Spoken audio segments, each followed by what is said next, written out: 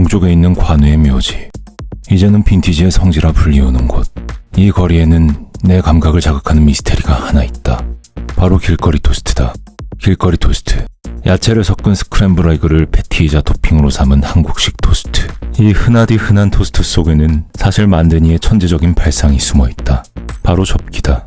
완성된 토스트를 반으로 접는 순간 식감도 풍미도 2배가 된다. 부실한 재료의 한계를 단 한 번의 접기로 극복한 것이다.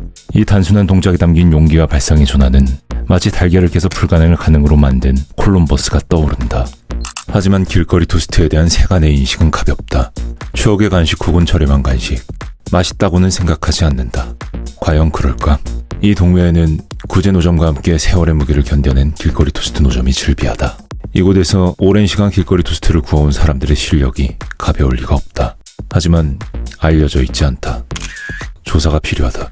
동묘 곳곳 인파가 붐비는 빈티지 노점들. 그 틈에서 숨은 단서처럼 흩어져 있는 크고 작은 길거리 토스트 노포들. 나는 조사를 시작했다. 동묘에서 길거리 토스트를 판매하는 식당은 3군데. 재미있게도 시작 중간 끝에 한 자리씩 차지하고 있고 그 모두 예사롭지 않은 개성과 스킬이 돋보인다. 하지만 2군데는 이름이 없어서 내가 퍼스트 토스트와 삼거리 토스트라는 이름을 붙였다. 작은 카트 안에서 토스트, 믹스커피, 미숫가루 그리고 몇 가지 차를 판매하는 단출하지만 단단한 구성의 퍼스트 토스트. 노점이 깨끗하게 그리고 보기에 예쁘게 정돈되었을 뿐만 아니라 사장님의 태도도 예사롭지 않다. 매장 이름이 무엇입니까? 내가 묻는 말에 사장님은 도리어 차분하게 되물었다. 노점에 이름이 필요할 게 무엇이죠? 라고. 이름이 있어야 남들이 기억하니까요. 내 대답에 그녀는 웃었다. 그 웃음 속에는 쓸데없는 것에 연연하지 않는다는 그녀의 높은 자존감이 느껴졌다. 그 태도는 토스트를 조리하는 순간에도 돋보였다. 토스트 재료를 소분해서 준비해둔 박스에서도, 토스트를 조리하는 손놀림에서도 고도로 숙련된 사람만이 자아내는 연도날 같은 효율성이 느껴진다. 그 효율성에 감동을 깨는 순간이 있었는데 역설적으로 그 순간이 바로 이 퍼스트 토스트의 개성이 극명하게 드러나는 한순간이었다. 설탕을 뿌린다. 많이. 누군가 보기에는 과하다 싶을 정도로 아주 많이.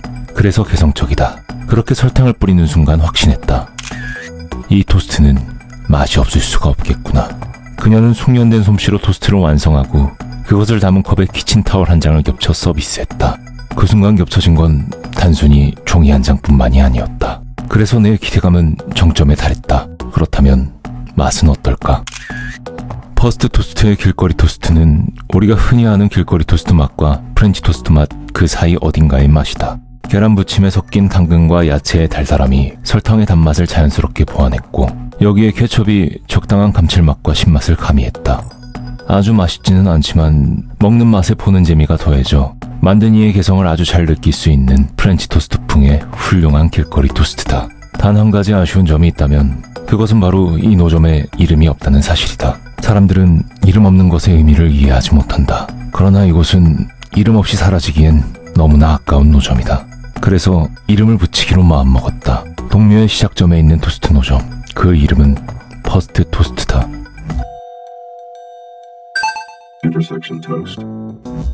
동묘에서 유동인구가 가장 많은 곳에 위치한 삼거리 토스트. 동묘에서 길거리 토스트를 먹는다면 이 삼거리 토스트에서 먹을 확률이 가장 높다.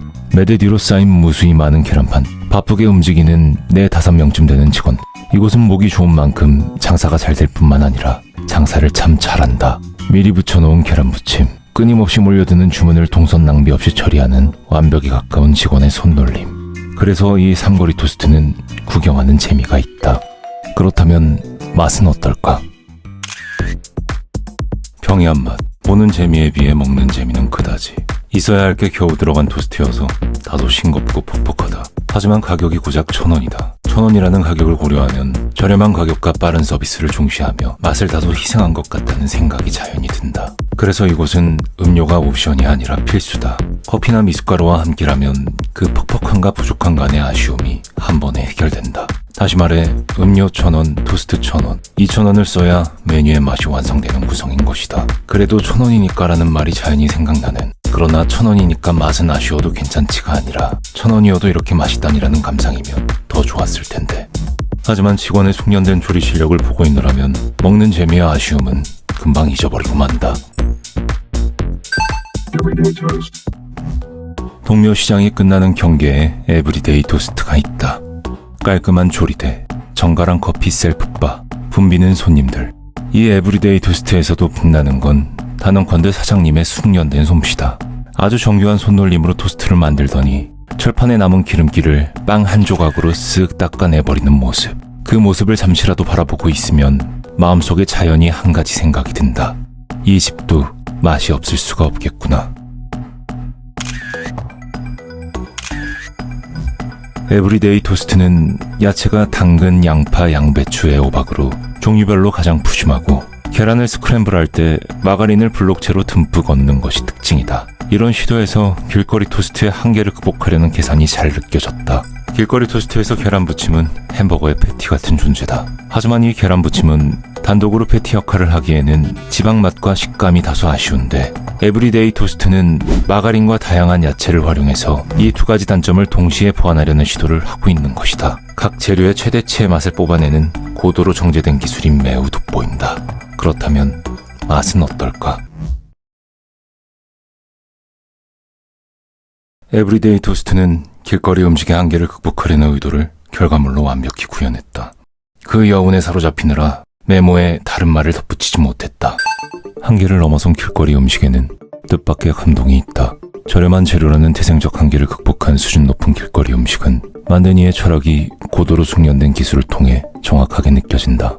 이러한 길거리 음식의 마스터피스는 고급 레스토랑에서나 느낄 법한 셰프의 철학이 담겨 있으면서도 만든 이의 철학에 좀 더 쉽게 그리고 좀 더 깊이 공감할 수 있다. 김밥, 떡볶이, 토스트, 햄버거 그 모든 것이 우리가 어릴 적부터 흔히 사 먹고 쉽게 해먹는 우리 일상에서 가장 가까운 음식들이기 때문이다. 그러나 세간에 알려지지 않은 보물 같은 길거리 음식 상당수가 세대 교체가 실패한 채 너무나 허무하게 사라지고 있다. 그나마 김밥과 떡볶이는 수많은 탐과들이 개척해 아카이빙되고 있지만 옛날 햄버거와 길거리 토스트는 도시의 콘크리트 정글 속에서 그 어떤 이름을 남기지 못한 채 허무하게 시들어가 버리고 있다. 그래서 조사 결과를 여기에 남긴다. 동묘의 시작에는 숨은 고수 퍼스트 토스트가 있고 동묘의 중간에는 베테랑 삼거리 토스트가 있다. 그리고 동묘의 끝에는 길거리 토스트의 끝판왕 에브리데이 토스트가 있다. 세 집 모두 저마다의 개성이 있고 그래서 이 세 집을 하루에 모두 들려야만 느낄 수 있는 식도락가로서의 재미가 있다. 이 모두 동묘 식문화의 보물이다. 달인의 손끝에서 탄생하고 찰나의 순간 입안에서 사라지는 식문화의 이름 없는 보물들. 이름 없는 보물들이 사람들의 말로 오르내릴 수 있도록 이름으로서의 의미를 부여한다. 이 기록으로 인해 이 소중한 유산들의 대가 잠시 끊겨도 이 보물들은 결국 전승될 것이다.